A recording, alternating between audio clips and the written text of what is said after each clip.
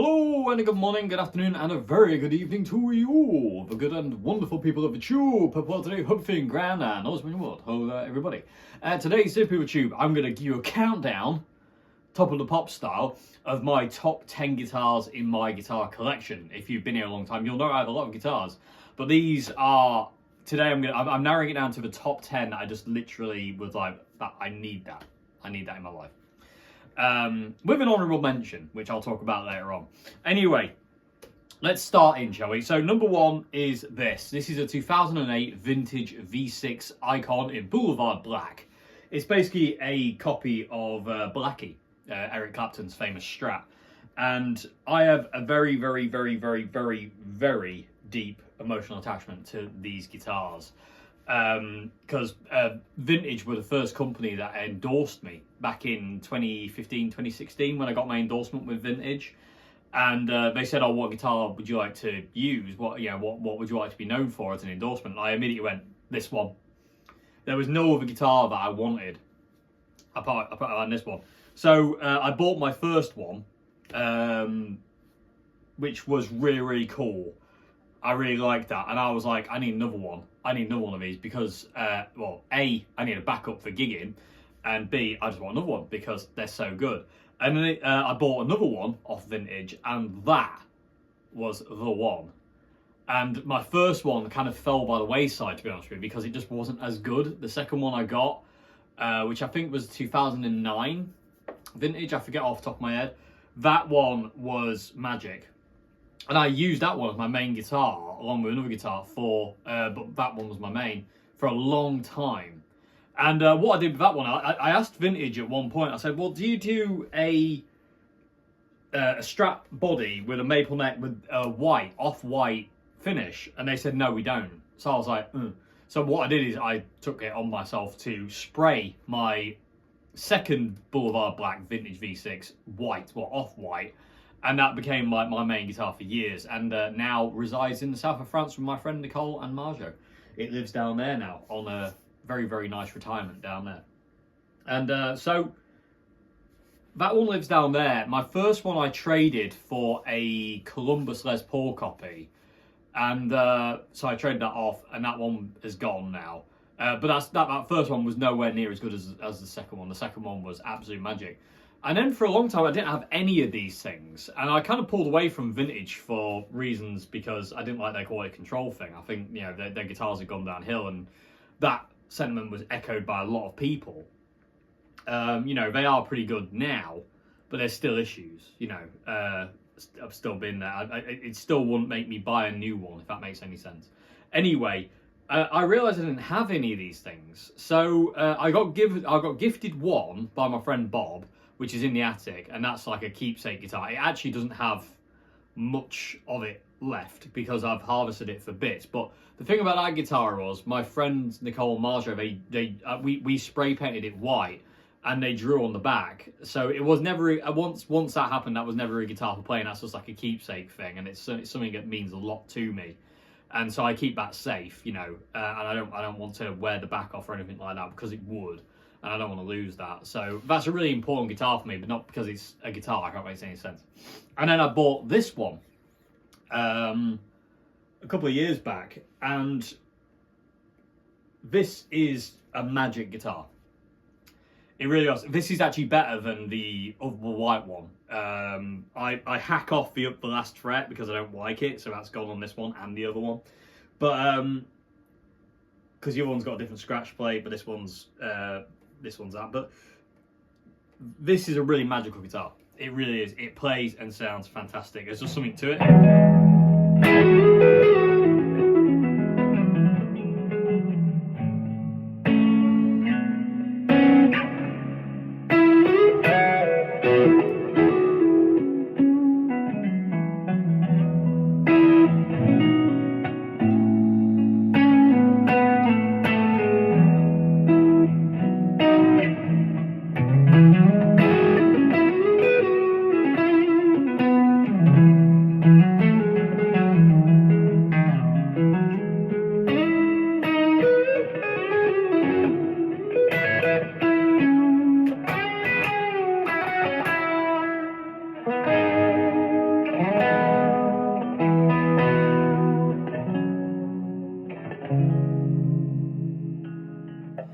it's just a beast, and it sounds amazing.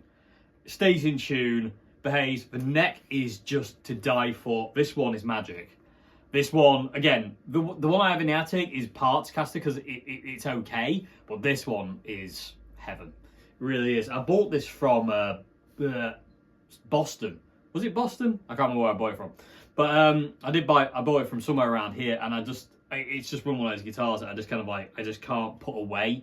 And every time I pick it up, I'm just like, I have literally months where this might be the only guitar I play sometimes. Well, not months, weeks. Where I literally want to play the guitar so much. It's so good. I love these things so much. And if you can find the older ones, I don't know what the new ones are like. I do think they still make these, but again, with JHS going under, sadly, and I don't know what's going on with vintage, but these are such a guitar. They really are a proper guitar, beastly things. Necks are to die for. Absolutely stunning. Like I say, the Wilkinson tremolo, the Wilkinson pickups, everything about these guitars are amazing. I love them to bits. They're just fantastic. So, in at number 10, 2008 vintage Icon V6 in Boulevard Black. Basically, like I say, it's a copy of Blackie, Eric Clapton's famous guitar. This guitar, not going anywhere fast. In at number 9 is my 1990 Fender Japan ST62 reissue. That's undergone a lot of cosmetic changes.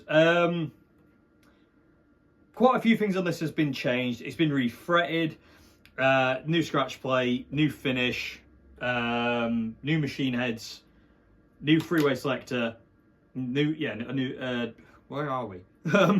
New inlays.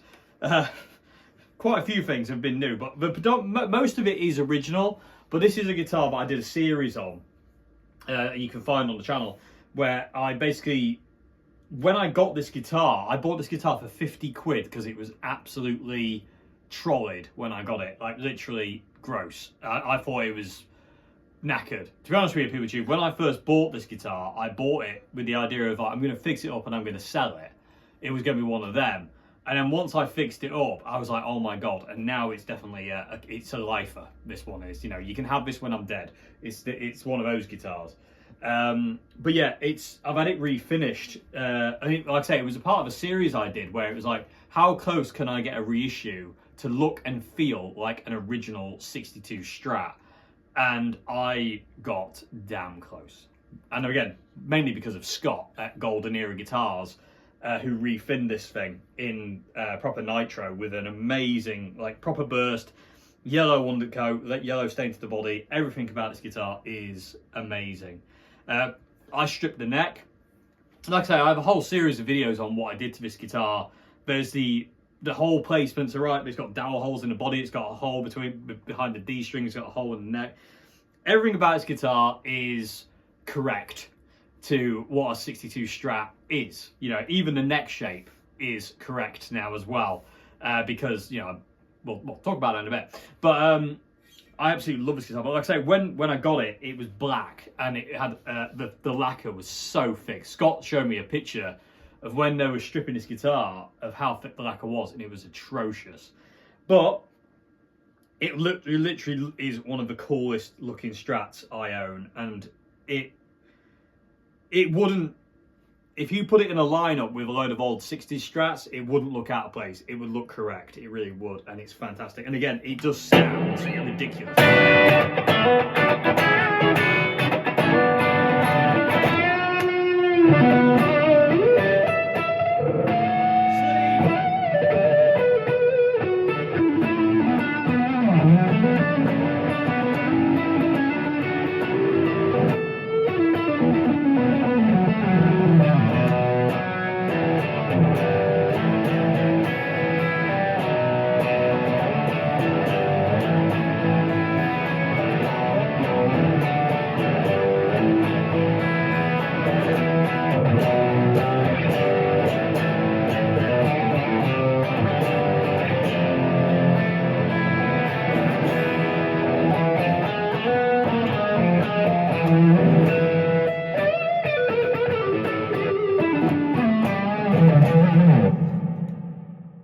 Strats I own. Just sounds, plays, feels amazing. Apart from my bad play, I haven't played guitar yet today, YouTube, so I'm a bit unwarmed up and a bit rusty. But this guitar is amazing. And a really interesting thing is, well, either has a hardtail, so it's got 5 springs in it. It's totally locked off. Even if you put an arm in it, you can't get it to go anywhere because of the springs. And the reason for that was, well, I was at a rehearsal with Dave Simpson Trio way back in the day, and I broke the tremolo arm off in rehearsal. And for some reason, as soon as I broke the arm, the guitar went, don't do anything. So every time I put a tremolo arm in this guitar to make it work again, the guitar kind of goes, no, and kind of rebels. It's really, really strange. It just wants to be a hardtail, so I obey. And it's a hardtail. And it's just great. It really is. Like the belly cut's fantastic. It's really, really deep. These 90s Japanese reissues are just ridiculous. They really are. And this one, like I say, looks like no other because it's actually done in proper nitro. It's all checked and crazed. All this plectrum wear here, that's me. That's not part of Scott's Relic. This is all me. And there's a few other dints and dents on this guitar that are me as well. It's not all Scott. Because that's the beauty of having it done in proper nitro, is it wears as it should. But this is an amazing guitar. Definitely one of my all-time favourite guitars that's going nowhere fast. 1990 ST62, had a massive facelift, but predominantly all original. It's the original pickups, original pots as well. I changed it out for a three-way because I hate 5-way selectors. I would change all my guitars out to 3-ways if I could afford it. But just an absolute beast of a guitar, this one, and it looks gorgeous. Okay, in at number 8 is my Oswald, one of the first Oswald you'll see, Oswald prototype. I call it the split head, the Oswald standard, I think Nick calls it. But this is a guitar I got in 2002, 2003, I forget. It was one of Nick's kind of first prototypes of a guitar. It initially came with a fan fret neck, which I didn't get on with at all. So Nick very kindly made me a new neck for it. And this guitar, it's a hardtail, is just, again, one of those guitars that I can't be without. It's just one of those. And you'll be able to notice by the strings, they're a bit big. The reason being, I've baritoned this guitar, so it's in B standard.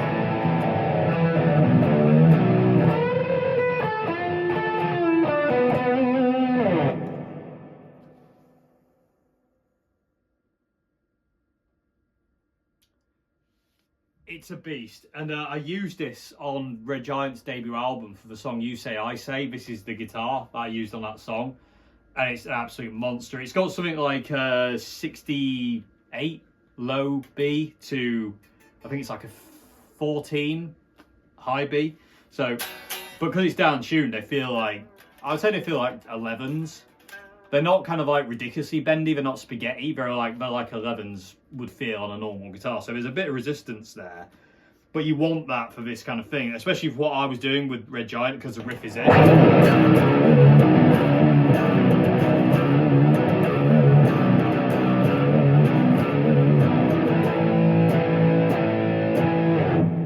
It's really bendy. You want the tension there, so they are very heavy strings. And what I did to get the, well, I'm not going to talk about what I did because I got a video about what I did to this guitar. We'll talk about that in a video that I'll release at some point. But this guitar is just one of those ones that I kind of can't do without. And to be honest with you, PeterTube, the neck on this guitar is probably one of the best necks I've ever played on in my life. The shape, the comfort, the way it feels to play is just ridiculous. It's one of those things that if somebody said, oh, we want to build you a signature guitar, never happened. But if somebody said, I want, you know, what neck would you like? I would send them this neck and say, clone that, please, because it's just heavenly. I don't know what Nick did to this one, but this one is just the neck. You know, I really, really love it, and it just feels fantastic. It sounds amazing.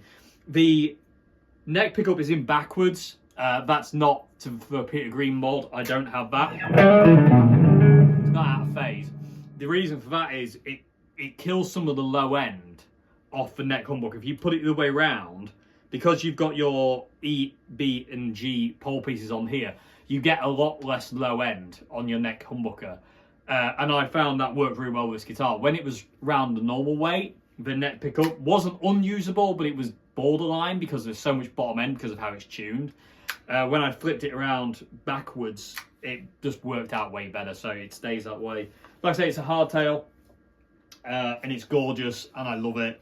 And it's going to be on the next Red Giant EP if we get that far, because things are looking bleak. Let's just put it that way for Red Giant at this point in time. I'll talk about that in another video. But yeah, this is a fantastic guitar. Okay, people tube. In at number 7, I believe, is, I can't count, so if it's not number 7, then But anyway, the next guitar is my Oswald Telecaster. This is the second guitar that Nick ever made for me. And he was like, I want to build you a Telecaster.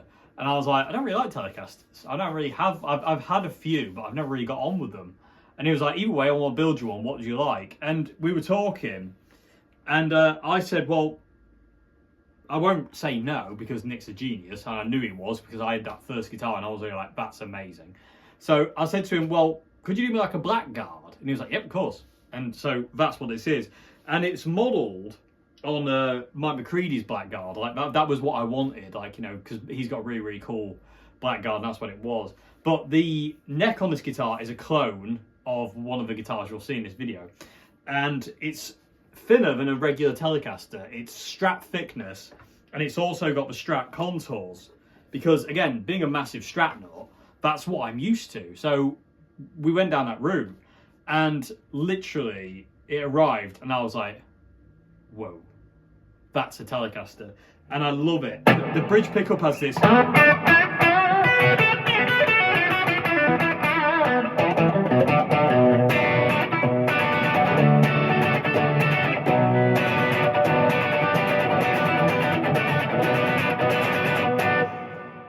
Just sounds like it's just like it's a Telecaster thing. And the thing I love about it the most is the neck pickup is fantastic. Because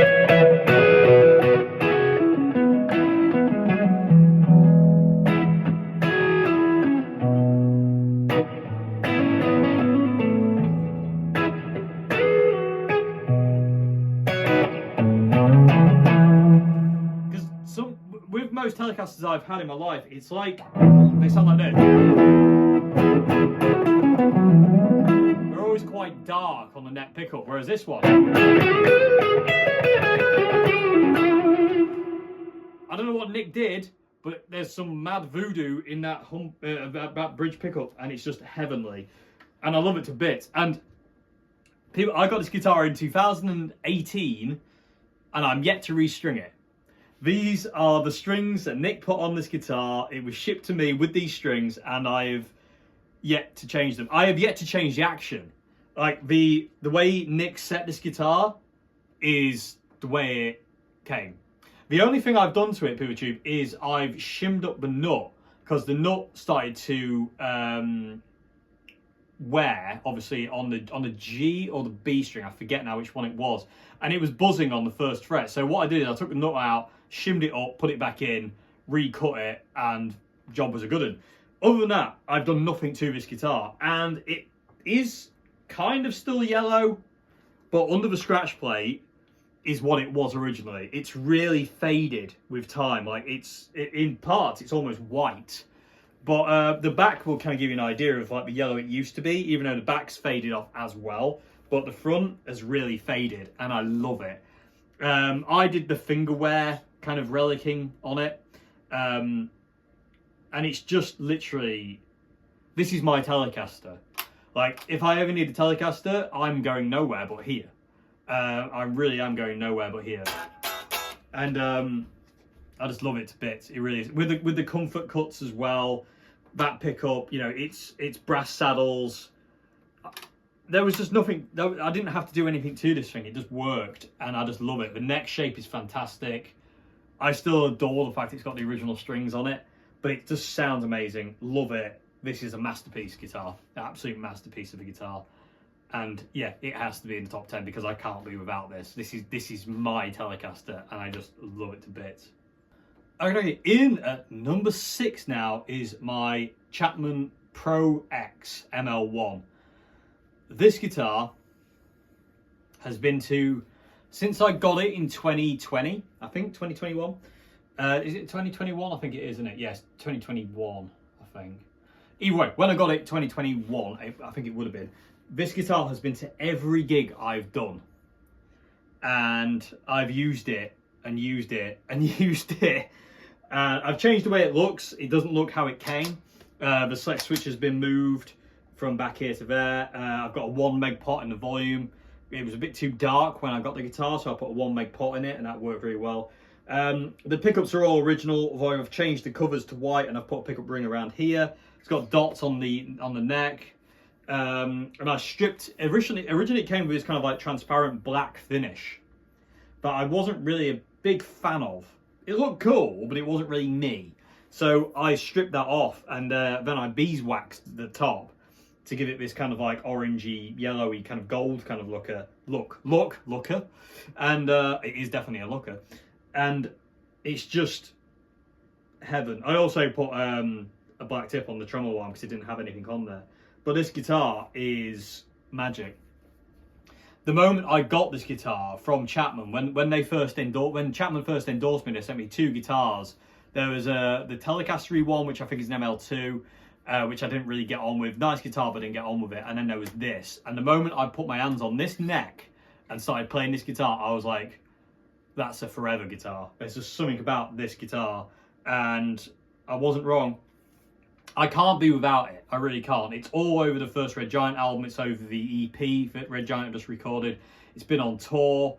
It's basically a backup to my other guitar, which you'll see next. But it does become the main guitar every now and again. And Rob Chapman signed it for me at the Birmingham Guitar Show in 2024 when I met him finally. And he signed it for me there. And I just literally, this guitar is just outrageous. It's got Seymour Duncan noiseless pickups in it as well, so you can have loads of distortion, and it's just quiet. That's the amp hissing because there's loads of gain, but there's a lot of gain. But the pickups sound great.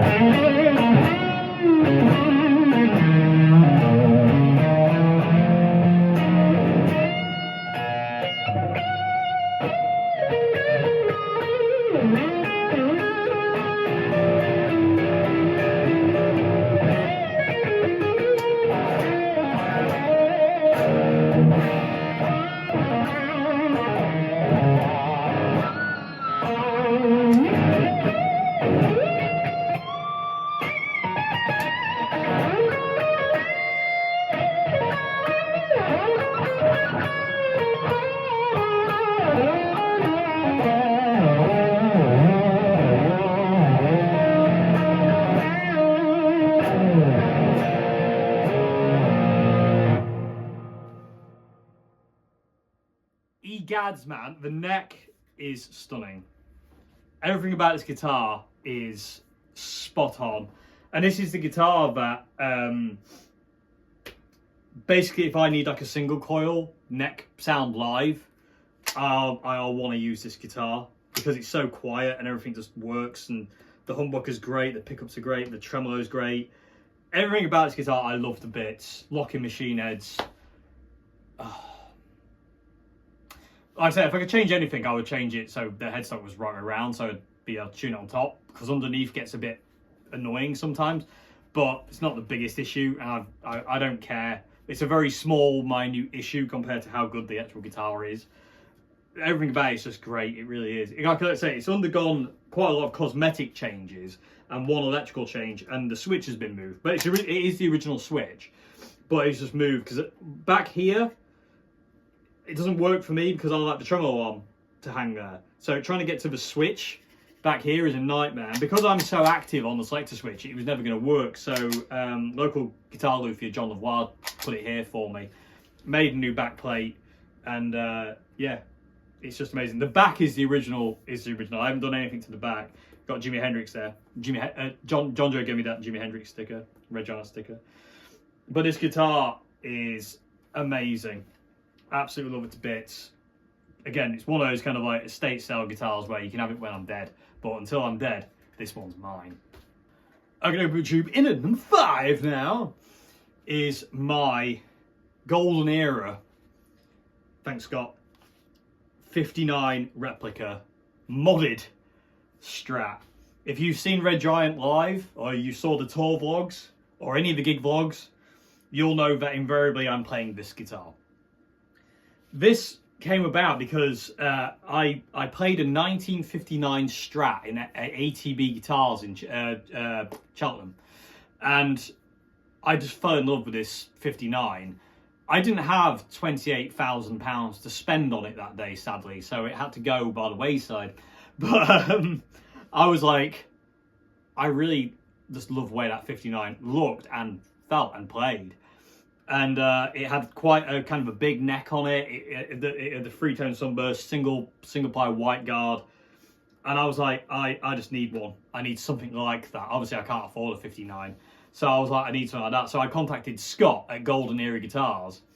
And being the legend he is, made up the neck and the body for me in basically the exact burst the 59 I had, the neck and everything about it. And sent it to me. And initially, I was going to have this as like what I did with the ST62, make it as close to an original 59 as possible, get some real nice single coils, get kind of like the right kind of wiring, period correct machine heads, all that kind of stuff. Not obviously original machine heads, but replicas of. And then one day, I decided I wanted to try bearing in mind up to kind of like the Chapman Pro X, I had never entertained Seymour Duncan pickups as a possibility because all the Seymour Duncan pickups I tried up to that point, I didn't get on with at all. Until the Pro X came along with its Seymour Duncans, and I was like, these are great. And then I've always been a fan of Dave Murray from Iron Maiden, and I was like, one day I'm going to buy his signature scratch plate from Seymour Duncan and try it out. So I bought it with the idea of putting it in this guitar. I didn't have the idea to put it in any of the guitar. I don't even know where the thought came from. I just thought, I'm going to buy them and I'm going to stick it in here. So I did. The only thing I changed is the scratch plate. So originally it comes with a 3-ply white guard. You can pick between white, pearl and black. And I came with a white one because I know I wasn't going to use it. And I had a white single ply. This is my friend Marjo's Strat's white ply guard actually that she gave me. So this is her 50s reissue Mexican Strats guard, and I put the wiring, the pickups and the loom into this, and I put it in this guitar, and all of a sudden this guitar just exploded, and was just like, yes mate. So the original pickups I had in this thing were Aria STG Pro single coils, which are really good. They're amazing pickups actually. And they're in a different guitar of mine now. But when I put these Dave Murray pickups in, which is 2 hot rails and a mini 59, I think it is in the middle, Bourne's Potts 5-way selector, it's got a Switchcraft jack as well. This guitar just came to life, and to me, people of the tube, this is the Red Giant sound. This guitar is.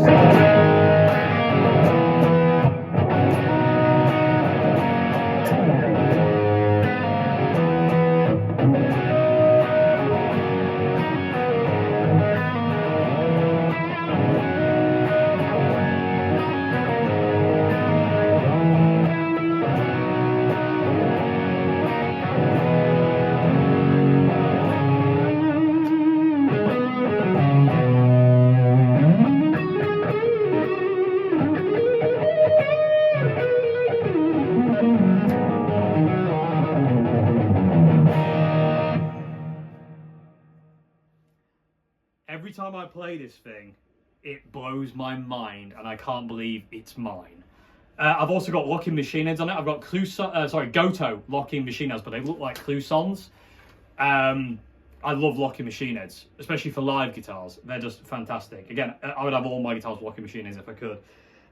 The tremolo on this thing is a Crazy Parts 60s kind of like reissue trem. It's not. It's kind of like a replica, if you will. It's got Pat Pending saddles, steel block, and everything like that. That's my friend Charlie there, which we'll talk about in a bit. But yeah, this to me is the Red Giant guitar. It's all over the EP. It's my main guitar I use for Red Giant. If you've seen Red Giant live, you've seen the vlogs, you've seen this guitar. It's heavenly. One thing I will note as well, this guitar and the Chapman Pro X, and any guitar I use live, is strung with 9 to 42s. I like the lighter strings live. All my other guitars have 10s to 46, but I like the lighter strings live because I sing so much. It's nice to kind of like play easier. But this guitar, like I say, it's another estate style guitar. You wouldn't get this out of my hands. You'd have to pry it out of my cold, dead hands. Put it that way. I've got hiccups now because that's a good thing. And it's just unbranded because it is. I call it the 59 because that's what it's modeled on. But the neck is fantastic. It's a big neck, but it's really comfortable. I did the entire tour on this guitar. I didn't play another guitar on the tour. This is the only guitar I played because you can't get it away from me. And every time I play a different guitar, I always come back to this one for live. I've tried different ones. I've just to see, but when it comes down to live, this and the Chapman Pro X got me, and I just love it to bits. I love the burst on it as well. It's really starting to get more chips and dents more than it had. The saddles are starting to like rust and dirt up because it's been used a lot. The scratch plate's pretty rank, but that's all good. I just love it to bits, and these pickups are fantastic. I just love this thing. So yeah, my 59 replica that isn't really anything like a real 59. It's like a hybrid thing. It's like a modded 59, and I just love it to bits. It's so good. It's so good, this guitar. Okay, YouTube. Okay, YouTube. In at number 4 now, we have my 2022. Yes, 2022. Gibson Les Paul Standard. Now, this guitar was magic from the get-go.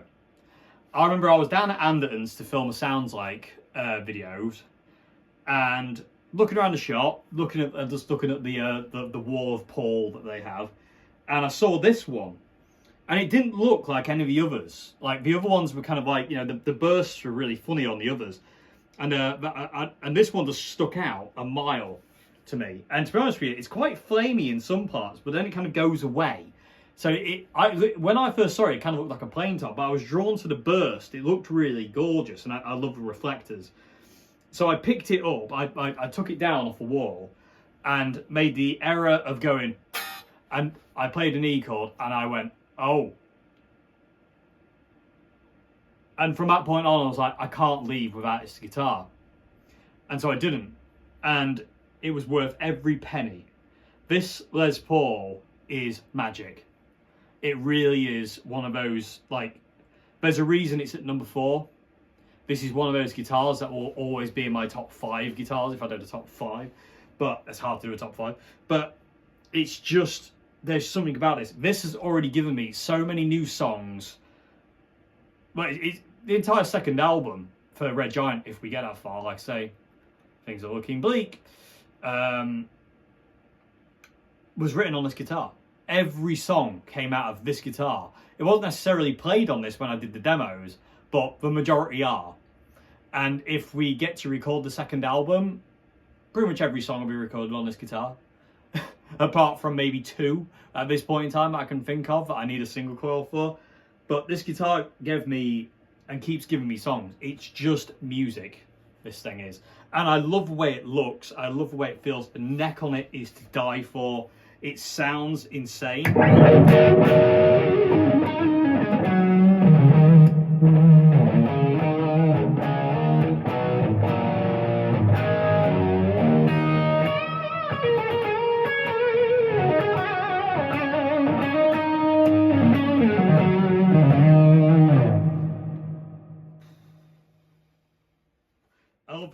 reddish tone it's got as well. If I put the jackhammer on,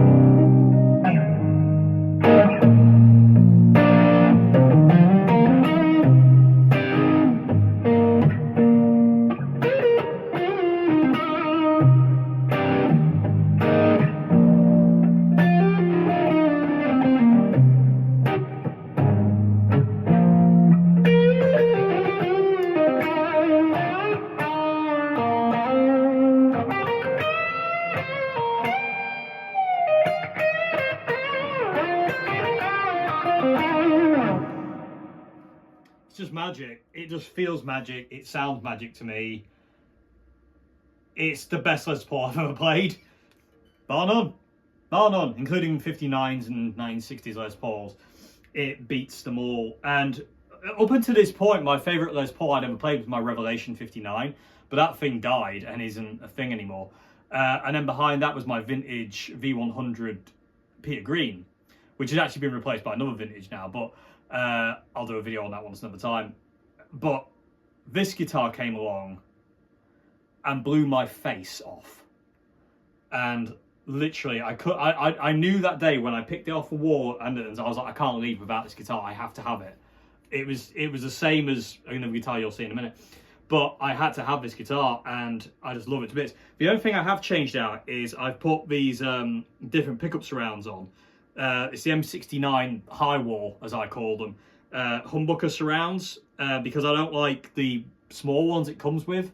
So these are more vintage spec M69s, they're called, pickup rings on, and they work out way better to me.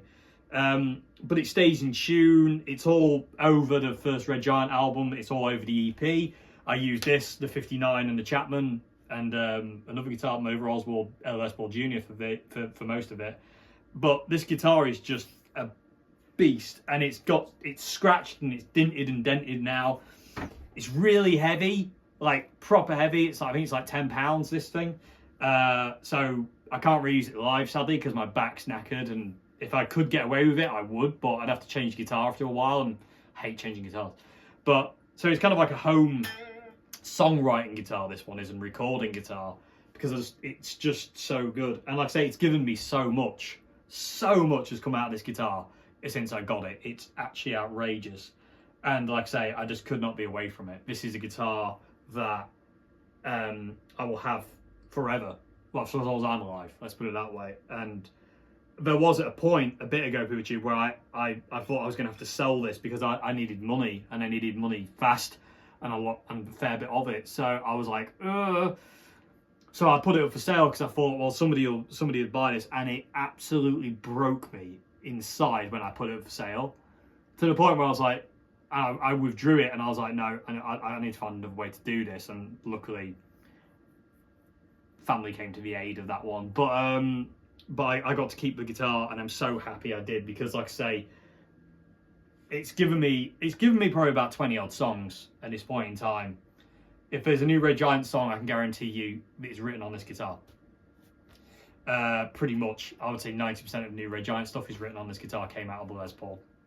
And like I say, if we get to record the next album, which is looking a bit sketchy at this point in time, this will be the main guitar, I think. It just has to be, because those songs sound right on this. It's really weird. Like, you know, there's two songs that I've written that need a single coil, and the Chapman fits the bill to that really nicely. But the rest, this stinks of it. It just has this vibe.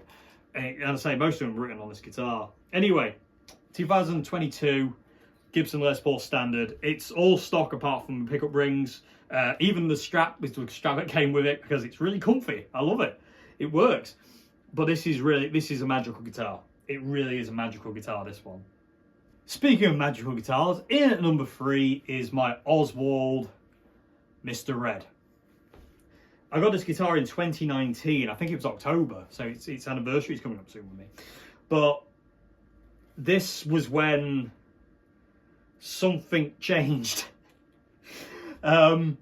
This guitar came, and at the time I just come out of my 10-year-long relationship with my ex-partner Joe, and so I wasn't in a very good place, and I was a bit lost. I was very lost, And if you look at those videos at that point in time, you can see I'm not right.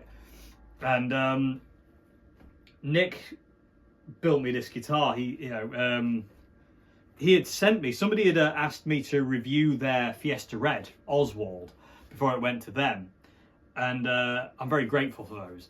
And I said to Nick, I said, like, could I get a Fiesta Red Strat? And he was like, yeah, of course. And I said, can I have it as an overspray though? So it's like you know, Fiesta Red over three-tone sunburst. He's like, yeah, cool.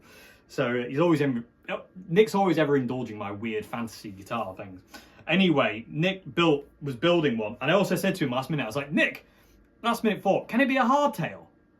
And he was like, yes, Dave. Just again accommodating me because he's lovely and he's a legend. Anyway, he made this for me, and it came, and I just remember I did an unboxing video of this guitar, and I got really emotional, and I did actually have to have a bit of a cry about it later on that day, because it got to me. Something about this guitar got to me, and it become magical. Again, like I say, this guitar is magical. It really is, and it got me through that time. And all this wear here was not there. That's all me. None of this is fake me. But none of this is me kind of like with a scraper.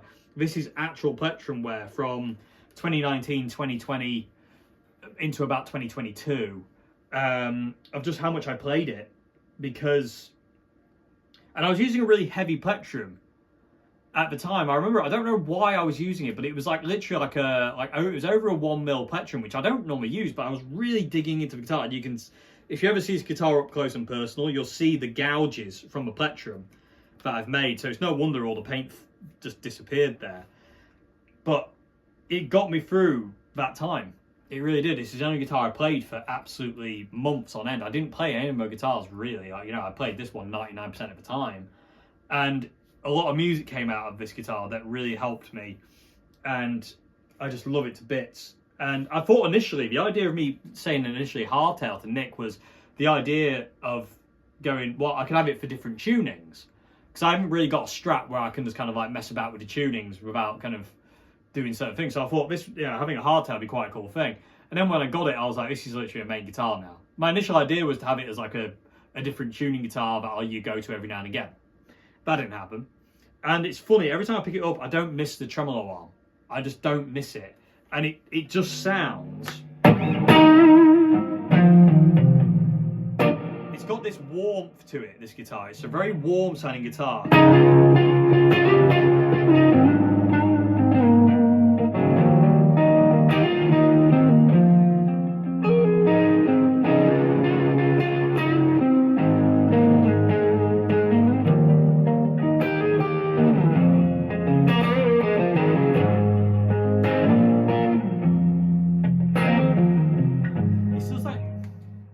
It still sounds like a Strat, but it's got a darkness to it that I really, really love, and it just suits that period of time when I got it.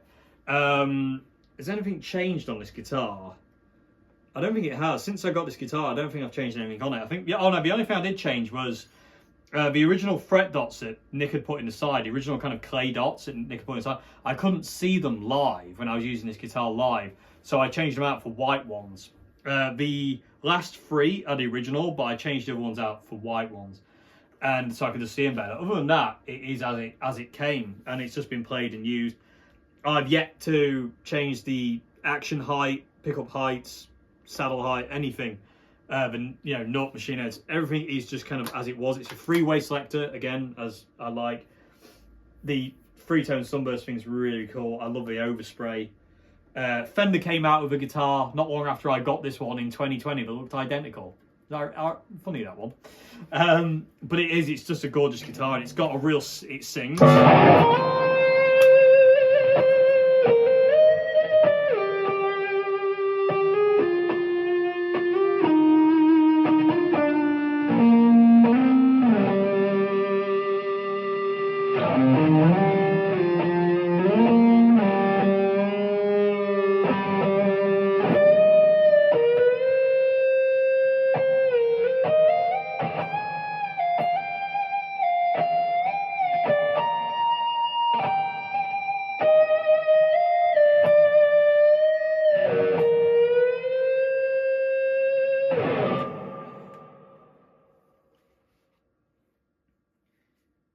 Love it.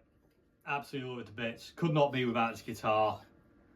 It's just fantastic. The neck's absolutely like manky on the back now. There's so much like dead skin on the back of the neck, but it's so comfy.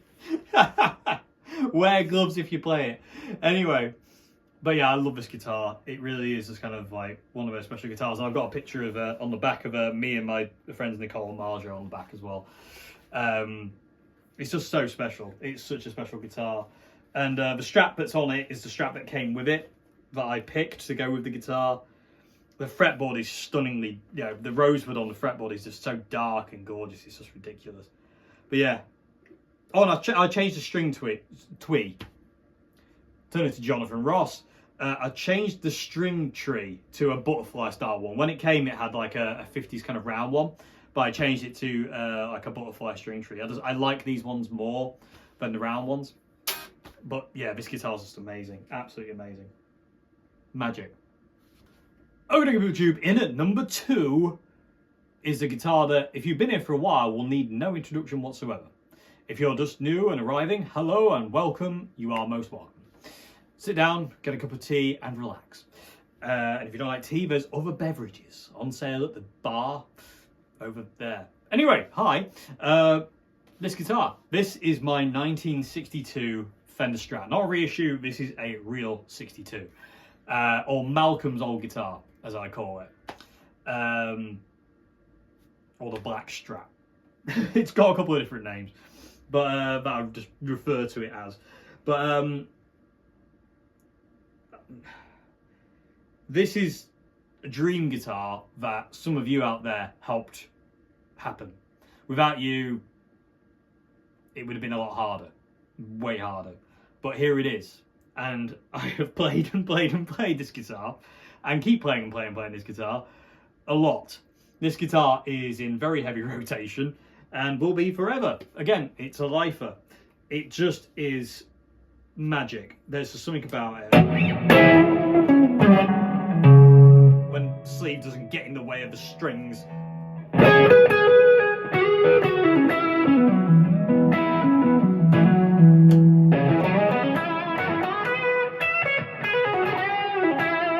Bridge pickup is so fat.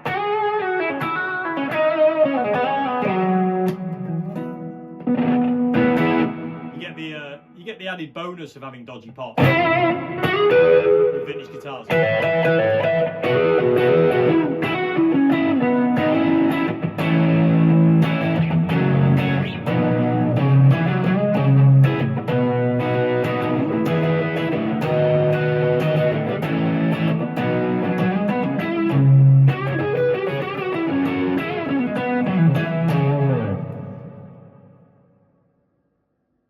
It's ridiculous. It really is. The volume pot is starting to go now. To be honest with you, I think what I'm going to do at some point soon, people on YouTube, is we're going to have a bit of a road trip with this thing. And I'm going to take it to Monty's in Cheltenham. And we're going to get a whole new wiring loom put in this thing. Because Matt at Monty's rewound the neck and the bridge pickup. They went open circuit. So those two have been rewound. The middle is the original. And it's original wire, well, it's the original pots and switch from 62. I have it wired though in a different way. So it's got a three-way, but I've got a master volume, that does absolutely nothing, and a master tone. So that works over all pickups. So if you're on the bridge, and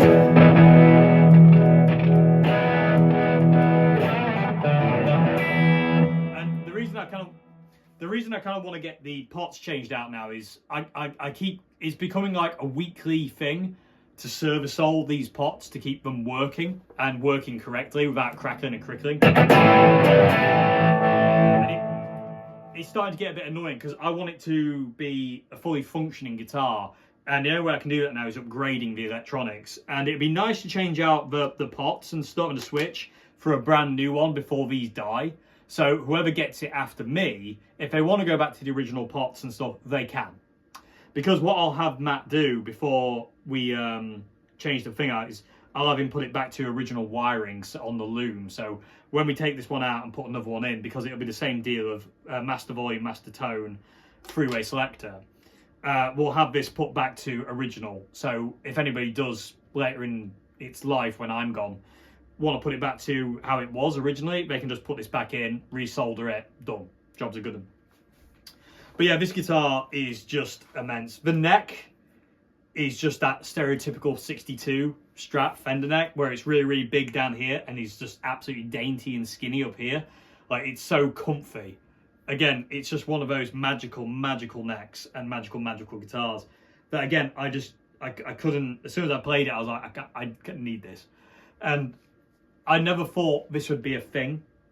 62 Strats are very important to me because John Frusciante has a 62 Strat, so I've always been obsessed with that. And the number 62 is always kind of like, because of that, has always kind of stuck with me. So to actually own an original 62 is outrageous, and I say it gets played a lot. I've managed to wear out the electronics. I've wore out these two pickups. I've worn out the jack socket twice on this guitar already. It's had a new nut. It's been refretted. It needs refretting again. These ones are absolutely trolleyed. So I need to get it refretted again. But it keeps going. It keeps going, and it will keep going forever as long as I'm with it. It really will.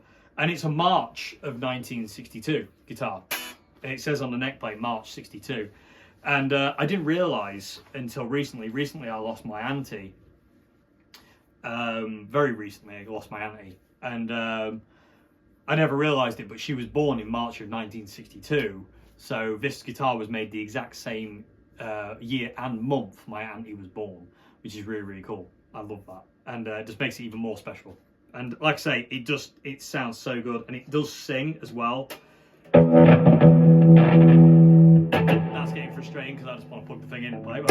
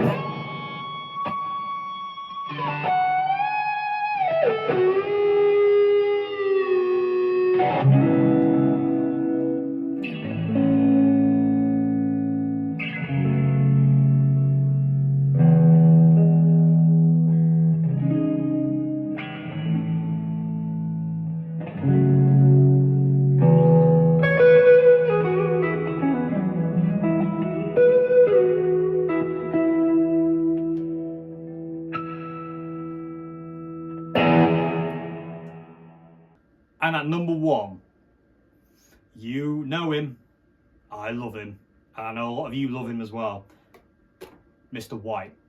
This is my 2002 White Fender Strat reissue, Mexican reissue.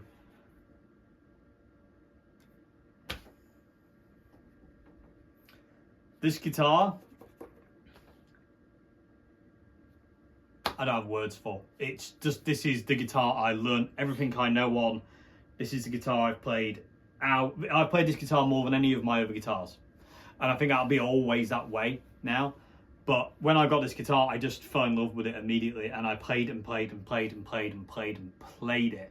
And I still do. This actually needs another refret as well, because I've killed these frets as well. But this guitar is the guitar for me. Like, if all of them had to go, including the ones you've seen today, if like literally, like, you know, heaven forbid, touch wood and all that, but if they all had to go, the one guitar I would always have is this one. It's just, it's Rory Gallagher's 61 to me. It's Mike McCready's 60 Strat. It's John Frusciante's 62. It's Peter Green's 59 Les Paul. This is my guitar. This is me. More than any of my other guitars, this one is me, and it literally, everything about it's just got, it's just amazing. I adore this thing so much. It really is spot on. And again, it's got such a sound to it. A lot brighter than the 62 and the red. I would say that Mr. Red is really, really dark, and then there's 62 above that, and then this one.